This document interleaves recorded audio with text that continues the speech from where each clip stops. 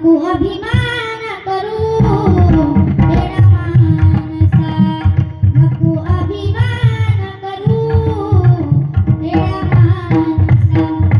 दोन्ही साथी दुनिया छाती फुगवून घालवू नको रे.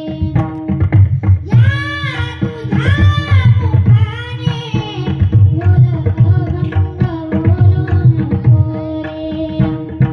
सनमार्गी असलेल्या कैवानदान तू कर भल्या माणसा, नको अभिमान करू भल्या माणसा, भल्या माणसा. येताना तू घेऊन तयार आहेस का?